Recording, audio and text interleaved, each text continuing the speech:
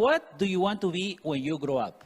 The typical answer is going to be, I want to be a policeman, I want to be a teacher, I want to be a firefighter, I want to be an astronaut. Those are typical answers that kids usually give you because that's what they are watching in cartoons, in the TV, online as well. But guess what? We don't know about the job market in the future because it's changing so fast thanks to the progress of science and technology. So instead of specifically asking them to focus on one particular occupation or potential role, I always bring them the world of the unknown.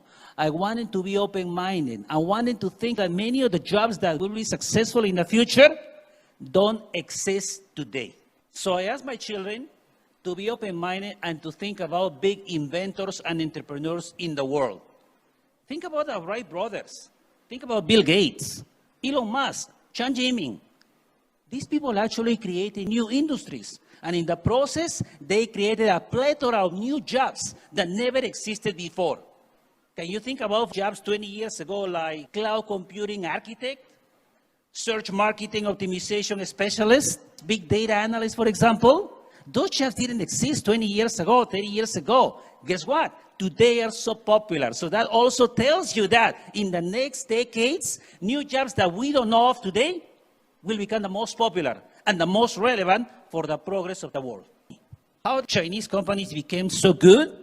Because they were facing competition day in, day out.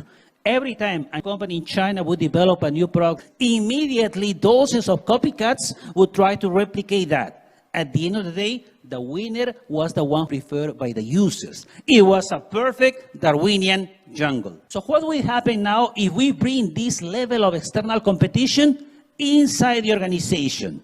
In the same way that companies compete in the marketplace to become the preferred companies for users, why don't we think of this level of competition inside? When we reorganize the organization, when we apply the organizational fission concept, companies divide themselves, not through functional processes, but through teams, initiatives that can grow from small ideas, small features, to businesses inside the organization. Some of them might be sure bets in the short term. Some of them might be long term, but nonetheless, you create a combination of initiatives, and that's what can create value for the organization overall. Let's imagine we are in the middle of a board of directors session. The directors of the company are looking at the different projects in the organization, and they want to decide what type of initiatives we can support and what type of initiatives we can actually close. When these initiatives in the organization are organized through teams, each of these teams manager will be a mini CEO because he will have the ultimate responsibility about the success of this team. Equally, this manager will have the attribution to get resources from the company and access the best talent. When you have this autonomy in each of these teams, and when you have this access to resources and talent, you have performance. And that's what you need. So your best managers stay in the organization. They are not afraid of reorganizations or layoffs or downsizing. They see opportunities in a small business inside the organization and they grow it. They expand it and they become successful in managerial roles. So when the CEO of an organization is managing a number of teams, his role is going to be different. Now he needs to assign resources to the most promising initiatives, which eventually will turn into solid businesses. If there are some initiatives that are not performing well, those will need to be closed. The role of the CEO will be the resource allocator in the organization.